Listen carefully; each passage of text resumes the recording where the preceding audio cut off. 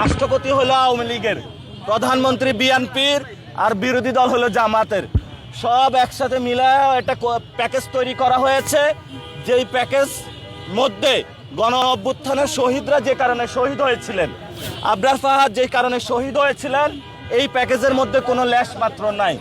জনগণ অধীর আগ্রহে আছে যে বাংলাদেশ কবে পরিবর্তন হবে। আমরা ইনশাআল্লাহ সন্ত্রাস, চাঁদাবাজি, দুর্নীতির বিরুদ্ধে যে লড়াইটা শুরু করেছিলাম, এটা চলমান থাকবে। যারাই নব্য চাঁদাবাজ হিসেবে নতুন চাঁদাবাজ আবিষ্কার হয়েছে, আপনারা তো জানেন ঢাকা 10-এ এক চাঁদাবাজ আবিষ্কার হয়েছে।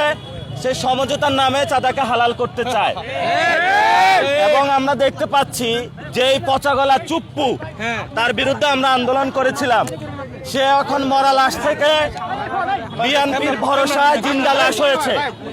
এই জিন্দা লাশ হলো এখন তারেক রহমানের পাহারাদার এবং সহযোগিতায় গণ অভ্যুত্থানে যারা অংশগ্রহণ করেছিল তাদেরকে জেলে নেবার চিন্তা এবং শাস্তি দেওয়ার চিন্তা তারা করতেছে।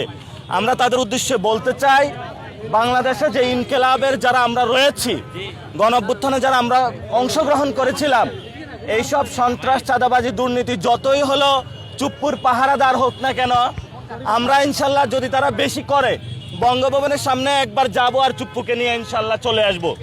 আমরা এটা বারবার বলেছিলাম যে আমরা বলি যে পুরা গভর্নমেন্টটা হলো সমঝোতা।